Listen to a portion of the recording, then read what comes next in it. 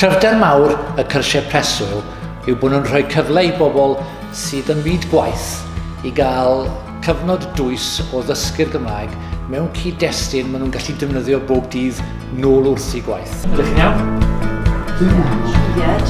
Ces i gyfle o'r gwaith i dod y cwrs yma a bod ni'n hapus iawn achos dwi eisiau y cyfle i siarad gyda phobl fel fi.